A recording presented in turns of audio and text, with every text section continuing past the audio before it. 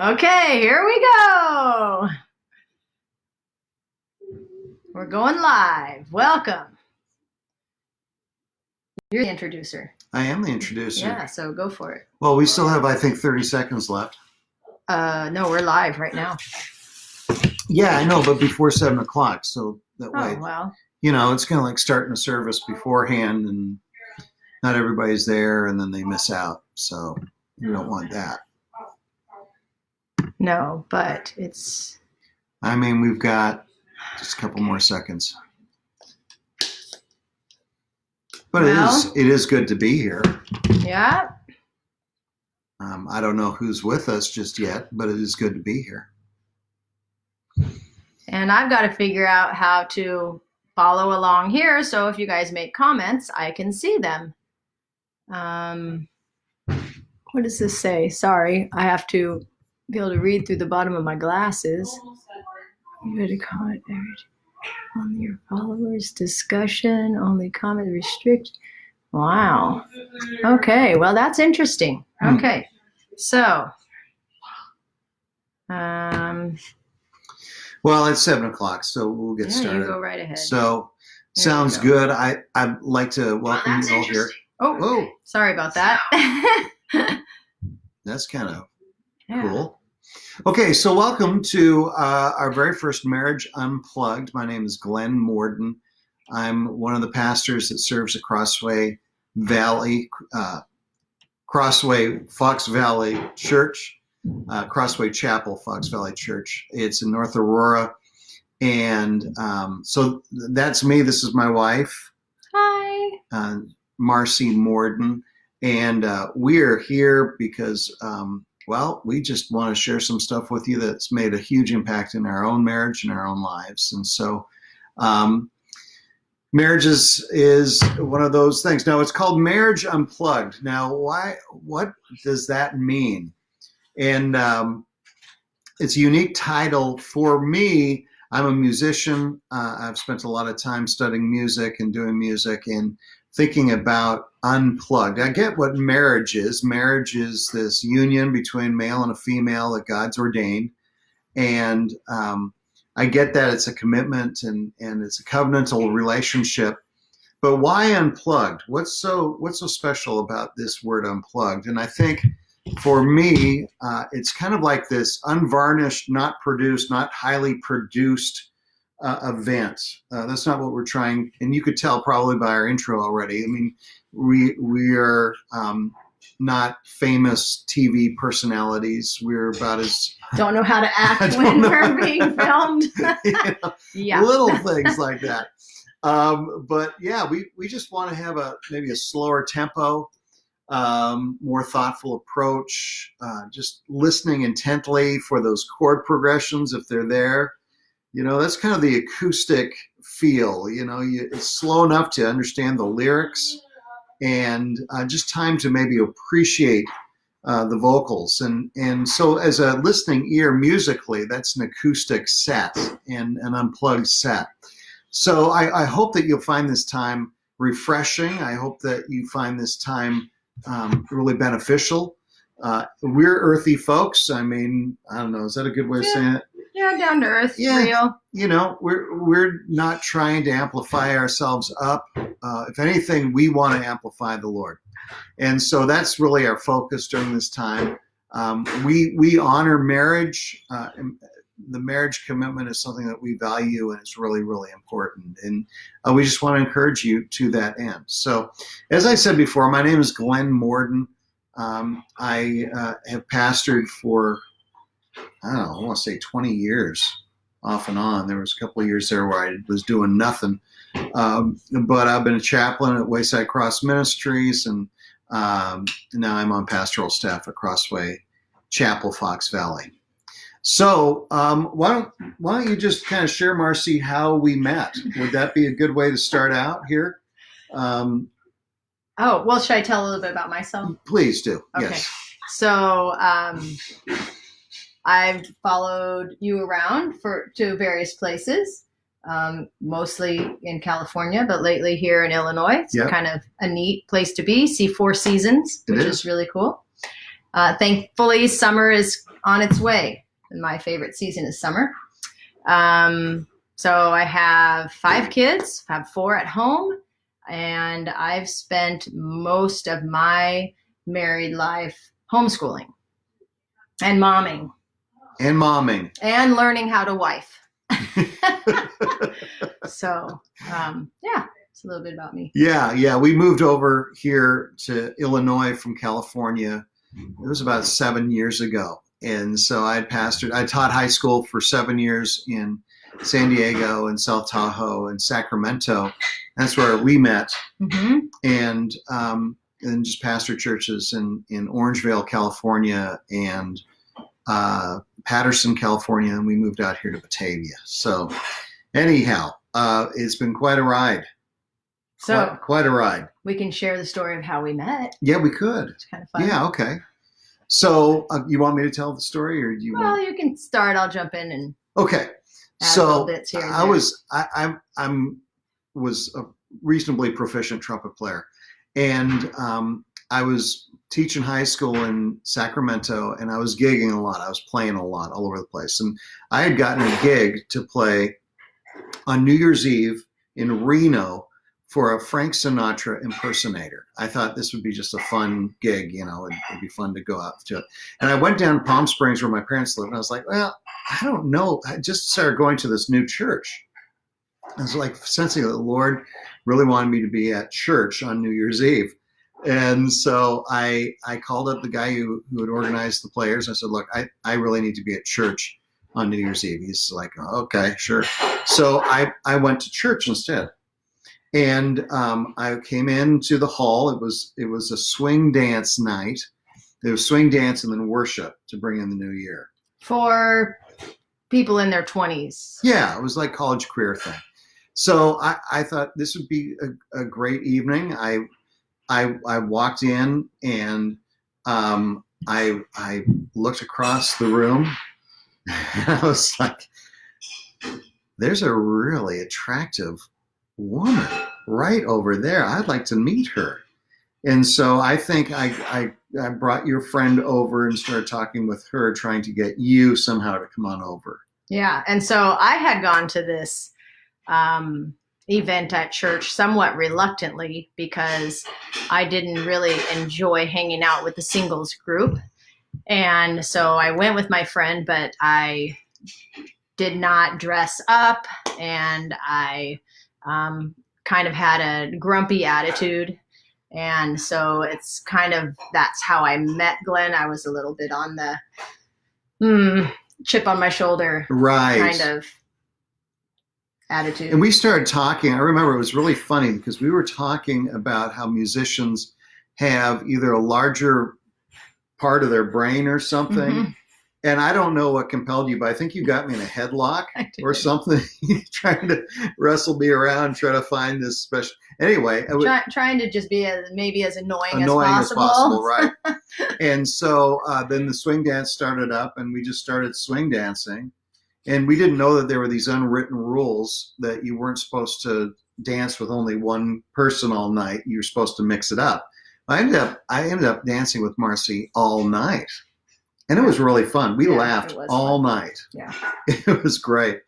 And then we went into the worship time, and we just had a great time. Mm-hmm. I remember. Then we went out afterwards with a couple of other people, my friend that had brought me and a friend of hers. And we went to Denny's and. Right. It was a late night. Yeah, it was a really late night. And I remember the next morning I went to my parents' house, and I told them, I met the guy that I'm going to marry.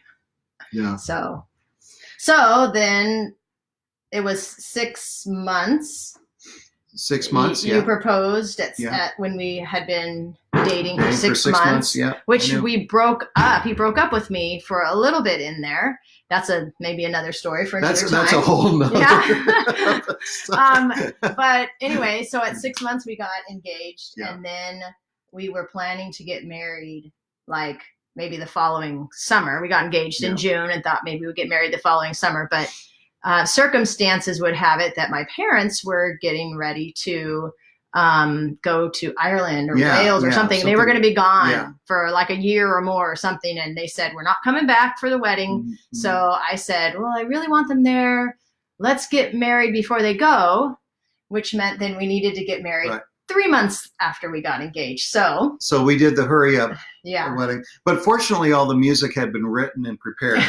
Yeah, right, I wrote true. all the music, and but anyway. It was 9 months from when we met to when we married. And some of you might be saying, oh, that could cause some problems. And I don't know if it was necessarily that the 9 months caused us problems, or it was more maybe some preconceived ideas we had about marriage. I don't know if it took anything away or added anything to be honest with you. We probably would have still had the problems anyway. Right. I was 30 years old. I think I turned 30 the day, like 2 days before our wedding. And it just...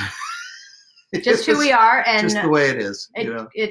I look back and think it just really shows what God does in someone's life that, is humble in a sense. We've grown in humility, and I'm definitely not the person that I was before. I would say for sure I was a pretty difficult person to live with, and placed a lot of expectations on Glenn. He couldn't meet. I mean, who could meet these expectations that I had? Not a human being, that's for sure.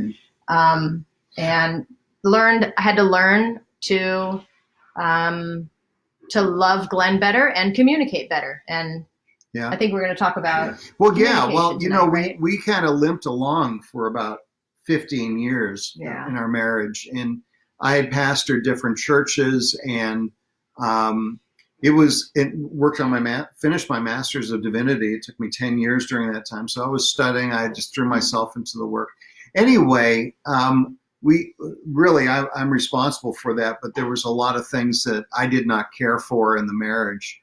And really in 2015, and we'll go there in time. We don't have to go there now, but 2015, all the wheels fell off the cart at that point. Yeah, that's for sure. So it was 16, almost 16 years of marriage. Yeah, 16 years of marriage. Mm-hmm. We had 4 kids. I'd gone through 3 churches as a pastor, found myself jobless, crisis of faith of sorts. I don't want to give too much away, but, it was a very difficult point in our lives. And that's where we had to really relearn a lot of things. I remember going to church as just a parishioner and sitting in that, I don't know if you remember that Sunday, I didn't even know how to sit with my family at church. I mean, it was weird. Mm-hmm. I didn't know if I was supposed to sit beside you or sit beside the end of the kids, or I was clueless. And not just with that, but I think also with just basic communications, how we talk to each other, how to listen, how to communicate, how to talk. So we had to relearn a lot of things. I did anyway. Yeah, I don't know me about too. You. Yeah. It just seemed like we had to start at ground zero concerning our communication. And so I think what we're going to share with you is a couple of things. Well, one particular thing really that really helped us. And I think it's useful. It doesn't matter where your marriage is at. Yeah. It doesn't matter if you're in a rough place right now or you're in a super great place. It doesn't matter, because I think this is just super practical and important for us. I was thinking about just how God, he expresses himself to us and how he communicates to us, and just how important the word is. He spoke to us by way of the word. And in a very real way, the Bible is God's love letter to us. It reveals so much about God's heart, his compassion and his love and his mercy. And we see his grace everywhere, even his jealousy in the Old Testament. It's just an amazing book, just revealing God's heart. And so as we read it and we reread it and we listen to God's word and we meditate on God's word, we get to know God's heart that much better. Mm-hmm. And his words, they give us, they animate us, they encourage us. There's hope there, there's comfort, and all of these things that we desperately need to hear. Mm-hmm. God reveals himself to us. He shows us who he is and tells us how he feels through the written word. And so I thought it would be really important for us to think the same way, that, how we express ourselves many times is so powerful when it's through the written word. And this is something that we learned. Mm-hmm. Yeah. Is that, letter writing and communicating and expressing how we feel, not making judgment or anything, but just expressing how we feel is super helpful. Mm-hmm. Yeah, it really has. It really helped us to, when we started practicing this, our marriage actually was at the worst place that it could be. But we recognize that it's a good thing to practice even when your marriage is healthy, because it helps you feel closer to the other person. Because the goal of this, what he's mentioned is writing a letter, is really the goal is to share one feeling. And you then are sharing yourself and being vulnerable. And so like you are giving yourself to your spouse, your intimate feelings and thoughts. And then your spouse is loving you in return by listening and trying to know you better and understand your feeling, that one feeling that you picked to talk about in this letter.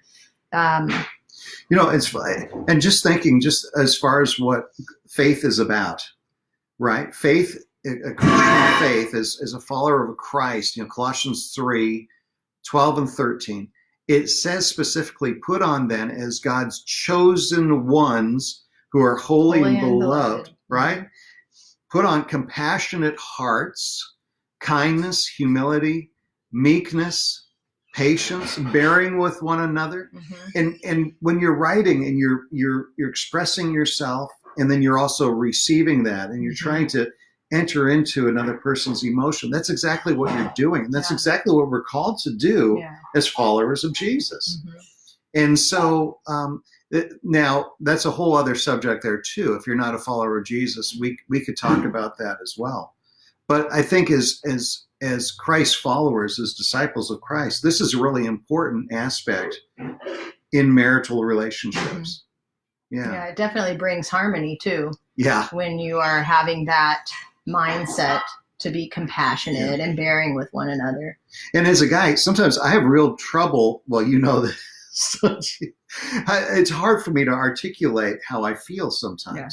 Probably because I have so much emotion that I really don't know what to choose or how to choose it or what words to say. And this is a really great exercise to help zero in and hone in what I'm feeling, how I'm feeling, and how to articulate that to you so you can understand me better, which is what I desperately want. I want you to know me.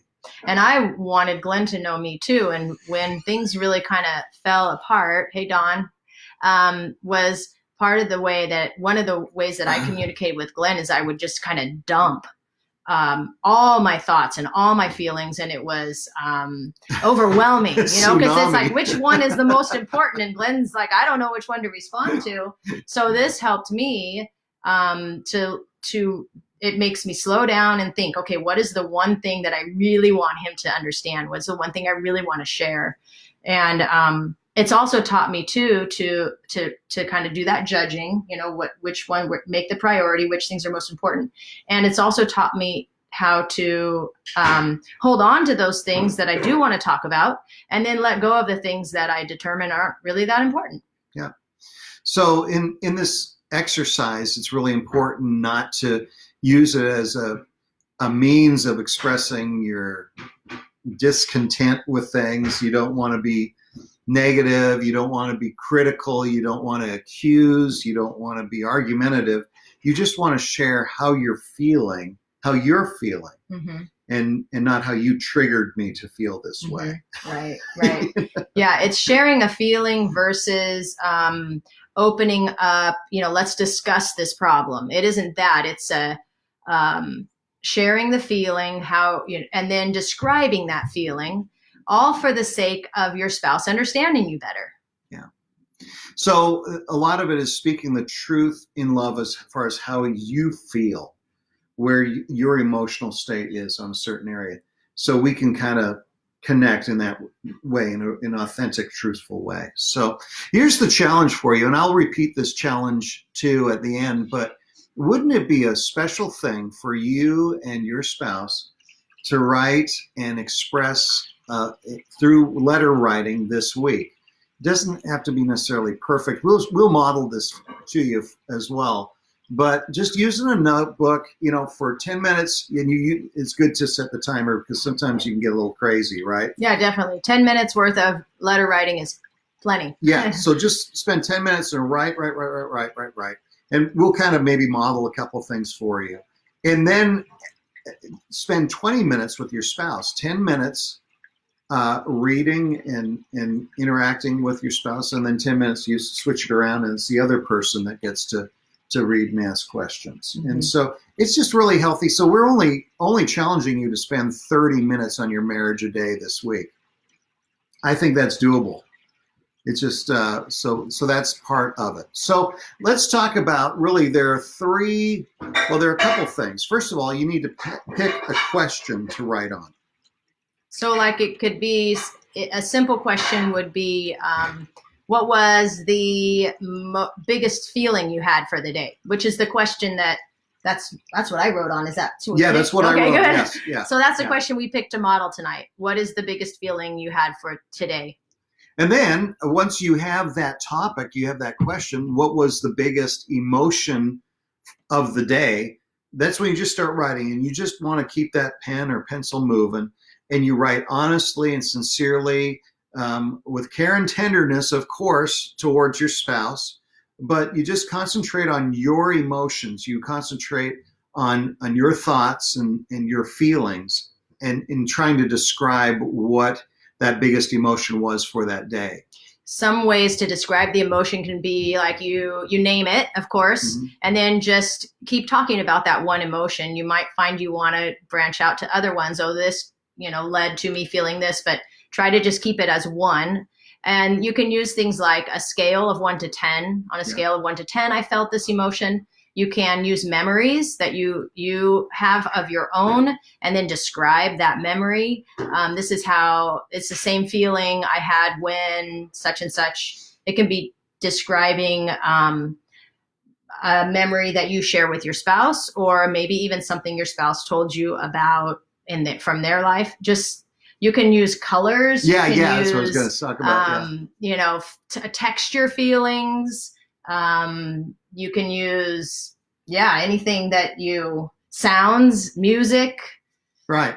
So you want to be descriptive. You want to really challenge yourself to really think about that emotion. It's kind of like a diamond. You want to turn it just a little bit each time, so that way it gives your spouse a clear picture of what you're trying to express. Right. Because remember, you're trying to help your spouse know you better, which is kind of important. It makes you feel closer. Right. So whatever you do, don't use this opportunity to blame your spouse for the way that you feel. You don't want to try to manipulate or change them in this exercise. You certainly don't use it as confessional opportunity.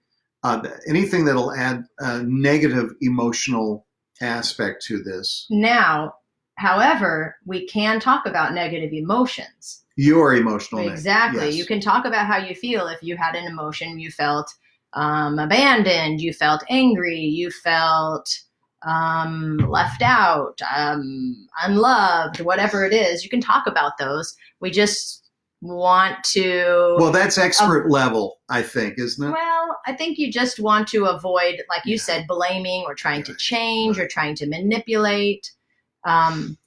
But practicing the skill of talking about how you feel might be better, to pick emotions that won't bring about a fight, if that's something that you are kind of struggling in your relationship right now with. Yeah, I mean, your whole objective is just simply to open up a window for your spouse to kind of enter in and to look into who you are, to reveal more of yourself, the real truth about who you are, and to make yourself vulnerable in a sense, which is a terrifying thing for many of us. But yet that's something that's really important when it comes to intimacy in the way of relationships. This is a relational intimacy. This is an intellectual heart intimacy that we're really focusing on this evening. So letter writing, it's not meant to solve problems or to reach decisions. It's simply just to express emotion and where you're at in all of this. So when you begin your letter, you begin it with a greeting of love and care, Mhm. dear Glenn, or Yeah. my sweetie, or whatever. You Or don't have to even be fake, but It could even be a prayer of some kind, whatever. well, then yeah, your first line, your first couple lines are going to be take one thing, write about one thing that you appreciate about your spouse, and it could be, well, you'll see, you'll hear in mine, and you'll hear it in Glenn's, and it could also be just a prayer for your spouse as well. Mhm. Then the bulk, describing your feelings, you want to name that one feeling word and describe that, and then you close with affection. Yeah, it's really also too when after writing it and exchanging it, you want to read the letter twice. Once for content, just so you can kind of understand it up here, and then the second time with your heart eyes open, so you enter into the emotional aspect of it. Yeah, So that's a good point. so you really want to just not blow through it and just kind of crank it out and be done with it. No, you want to slow it down and be able to really understand your spouse. And the way that you're going to even better understand your spouse is you're going to ask questions after you've read it. We're going to read it out loud just so you can hear the letters, but normally you would read that you just exchange you got a little binder, a little work notebook. You just exchange your notebook and let the other person read. And so you guys just, read, and then you just kind of wait there. Are you done? Are you ready? No, not yet. Yes, I'm ready. And then, who's going to go first? And then you just start talking about that emotion, and you kind of repeat back and restate things, ask questions. Do you mean you feel this like, and then, give some examples. You're trying to really understand that feeling. And it also provides an opportunity. It's like an invitation. Okay, talk a little more about how you feel. And there is a time limit though, because you have to then let your spouse talk about their feelings. Right. Or you have to switch roles, is what I mean. So what we've done is we've pre-written our letters, and so we're going to exchange those letters now. We don't throw them at each other. Not that we'd ever do that. There might have been a day or two that I threw a notebook. But you just want to pass off. This is actually, again, it's something very special. This is words. This is thought. This is time that's reflected here. So you want to respect what you're receiving. You don't just give your diary to whomever, and the diary is where you write down all your emotions and things. This is something pretty special. So I'm going to pass my letter to you, and thank you, Marci. So am I going to read yours out loud? Yeah. Okay. Why don't we do that? You'll okay. go. I have to read yours out loud. I don't. Okay. Yeah. Because normally I would read Glenn's to myself anyway, Right. But it's going to be hard to talk about if you didn't hear what we've written. So does that make sense? Yeah, let's just give it a go. I'm setting the timer for 10 minutes. Oh boy, we got to go fast. Okay, go for it. Greetings, Marci. Thank you so much for all the effort you exert in teaching, caring, mentoring, discipling, and loving the children. There's that compliment. I am so blessed to have such a sensitive, compassionate wife. May the Lord encourage your heart and bring you his richest blessings in the week ahead as we begin this journaling exercise. What was my biggest emotion for the day? I had a very positive emotion, the emotion of confidence. I left for church, and I was confident that the kids and you would continue to have a productive afternoon. I was confident in the car that had been worked on this weekend that I was driving, but even more so, I was confident in my purpose for this day, helping and encouraging others to work and be productive in this time of uncertainty. Confident in the direction I was going. Is that right? Yes, giving. Oh, giving, the direction you were giving, sorry. Spiritually and practically for the day. Confident that I was in the pocket of God's will, my work and direction, calling, and future. I am also exceedingly confident in God's love for us, your love for me. On a scale from 1 to 10, I would give this emotion a 9. I was feeling pretty confident. If I were to give my confidence a color, I would color it grass green, because grass grows and my confidence in the Lord's leading is continuing to grow. The music that would set my emotion of confidence would be Aaron Copland's Appalachian Spring. Hopeful, optimistic, clear, rhythmic, sensitive, and beautiful. My confidence was hopefully not in music, but in the Lord, who was clearly leading and animating me in that particular moment. With all my love, Glenn. So for the sake of time, I'm not going to read it a second time. So I'm going to try to just jump right in.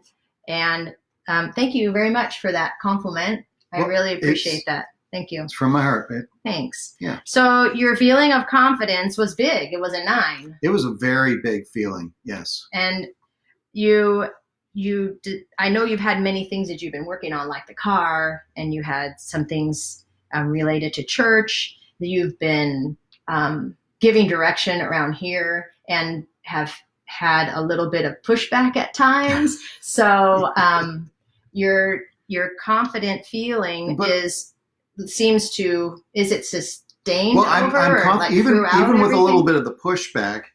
I am absolutely confident that's the right thing to do, and I find that I'm thoroughly enjoying doing it. Is that why you picked grass green? Maybe because it's just like vibrant and bright and there's a lot of life to it. There's and it smells good. Yeah. I don't know. That cut grass. But the cut grass. There's and it's orderly too, especially when the lawnmower goes down, the lines are straight and everything looks good. And I mean, there's a certain beauty to the order as well. I mean, putting in, say, for instance, setting the agenda for the day and helping the kids stay on it and to be focused on the Bible study that we did in the morning and going out for a walk and everything's going on plan. It's like, for the most part anyway, it's going on plan. And I'm just sensing that, this is God's call in my life. This is a great day to be dad. It's a great day to be husband. It's a great day to be a follower of Jesus. And then going off and having these really significant things that I had to do today was a really good thing. That's neat. Yeah. So your confidence, big confidence, and in the pocket. And like that music you said, Aaron Copland's music is, you've played a couple of those things for us. And I don't know, I can't remember that exact one, but his music kind of sounds similar to me, but it's positive and it has this hopefulness and Americana kind of just this cowboy theme to it. That is just vibrant and again, it's not confident in myself. It's confident in just the Lord's leading and where He's guiding and just how invigorated I am to join Him in what He's doing right now. It's just a beautiful thing. Very, very good feeling. It's a great feeling. Do you think I understand your feeling of confidence?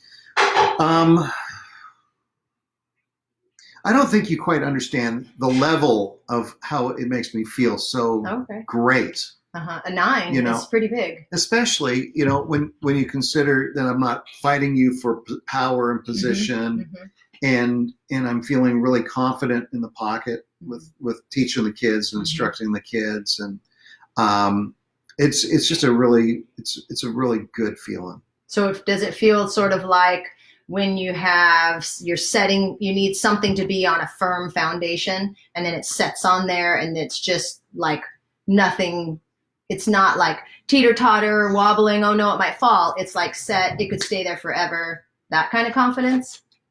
I would say it's even better than that. It's also like that kind of a foundation, but also like big old Lego blocks that are built on top of that foundation and they just lock right into place and they're just solid and steady. It's kind of like that. Okay. Where it's just, Okay. Yeah. That's good. I'm glad you're feeling that way, kind of solid, steady. Yeah. I think you're beginning to feel how you think I understand. You understand how I feel. Okay. Yeah. Thank you for sharing. Well, thank you for working with that with me. All right. Appreciate that. Appreciate your letter. Now, that took a while. Should we really do mine? Oh, I think so. Because, we've already been going here for a while. And let's see. We wanted to go at about 40 minutes. Yeah, I think we're hitting there. That's good. So maybe we don't have to do the next one, but you can kind of understand and see how the interaction works, that there is this articulation of feelings. There's not a lot of judgmentalism at all. You're trying to join in and you're kind of in our light, babe. Thank you. Where you're trying to join in and be a part of how the other partner is expressing themselves. And so that is exactly, I mean, that was great, Marci. I just really appreciate you doing that and assisting in that regard. So again, back to Colossians 3, put on then as God's chosen ones that are holy and beloved, compassionate hearts. That's compassionate heart, being able to engage and interact with your spouse in that respect, to be kind and to humbly receive and to work with and just really struggle to understand how the other person is feeling. And can I jump in? Yes. Because what could have been an opportunity where Glenn is describing that he's feeling confident, and boy, it sure would have been really easy to say, well, what happened at this time, and like name times where you maybe failed at something or whatever, but that isn't the point. So you have to refrain, from pointing out, because this is a time we want to grow closer together. And so we focus on those positive things, focus on that one emotion, and just trying to understand the spouse better versus using it as opportunity for making a point. Yeah. You don't want to, get the upper hand on anybody. It's not a power play. That's not what this is about at all. You're not trying to reduce your spouse and knock them down a peg. Mm-hmm. No, you're trying to get in the same hole with them and then kind of push them up and encourage them. Yeah. And by listening and engaging in that way, boy, there's a lot of positive things that I believe that God is completely glorified when we listen to each other in this way. I think that there's a lot of benefit that happens and a lot of blessing that comes when we take the time to listen and to not only articulate how we feel, but also listen with keen ears. And like you said earlier, when we do the same thing, when we read God's word and we listen and we want to understand God's heart, we draw closer to him in that same way. So it's a practice that is beneficial in all relationships, not just a marriage, but with your relationship with God, with your friendships, when you become a good listener and really wanting to understand the heart of God, the heart of your friend, the heart of your spouse, it makes for a better relationship. Yeah. It's truly, it's like selfless listening, because you're not trying to insert yourself in, you're trying to leave yourself behind and then enter into where your spouse is and where they're feeling. Now, it makes me think some might, if there's like contention in the relationship, some might say, well, they don't deserve for me to listen to them. Yeah. Or I'm mad at them today because they didn't, such and such. I don't want to share how I feel. Oh, there's our 10 minutes. Yeah. Well, that would be kind of a tough place to be, I would imagine, because that's not necessarily revealing issues with your spouse. It's revealing a heart issue on your own end. It's really revealing these sinful things that you've been collecting: resentment, bitterness, selfishness, pride. There's a lot then that's going on within your own heart. So that would be an opportunity then to just stop and reflect on your own relationship with the Lord and identify the sin and confess and repent of the sin. And it could be too, there are times when we are sinned against by other people. Mm-hmm. Your spouse didn't treat you right and was disrespectful or rude or didn't follow through or, whatever the thing is. And in that regard, in that time, is to practice forgiveness. And so if you feel that bitterness or that resentment, either it's something that you need to ask for forgiveness or you need to just forgive your spouse, just in your mind in prayer, and just, I forgive him for whatever, forgive her for whatever. And then you can go into this time of talking about that feeling without. I have a great idea, Marci. Okay. Why not the next time we get together, which will be next Monday, why don't we specifically talk about forgiveness? I think that if we address forgiveness even then, it might even help out with a little bit of this, because that's one of the major issues with relationships. It certainly was with us. Yeah, definitely. Is overcoming the bitterness that we were holding on to because of unforgiveness. And so why don't we just we'll plan on talking about that next week. And so if you think that it would be beneficial for others that you might know, maybe invite them to come and watch here as well. But that's where we're going to go next week. I think that'd be a good place. Now we are essentially out of time. Again, the challenge is simply write a letter to your spouse every day this week. Use a notebook so that way you can, it's just easier. You can kind of keep, you might have been taking notes tonight too, but use a notebook. It's only going to take 10 minutes to write. Limit yourself to 10 minutes writing it, and then 10 minutes in the exchange as a listener for both sides. And so it's only 30 minutes a day. I want to encourage you to do it. And if you have any questions too, I think do they have a place where they can leave it on Facebook here for us or not? Boy, that I'm not sure about how that works. Well, you have both Marci's and my. Just zip us a friend request, and then we can talk to you either through a chat medium or something to that effect. Okay, so look us up. It's Marci Morden, Morden, and Glen Morden. I don't have to respell the last name, right? Okay. So, my friends, this has been great being with you tonight. Let's just pray, and then we'll call it an evening. So, gracious God, thank you so much for how you have made us as people who communicate. And thank you most of all for the way that you've communicated to us through your word and your spirit. And I pray that you would help us to communicate with each other. Lord, we want to glorify you with our marriages, and I ask, Lord, that you would enable us to do just that through letter writing. So may we embrace the exercise, and it's for your glory. I pray these things in Jesus' name. Amen. All right, friends, have a great night.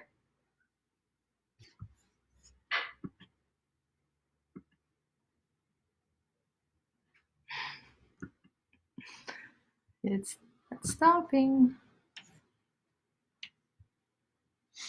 If you end this live video now, you'll be able to choose if you want to save it or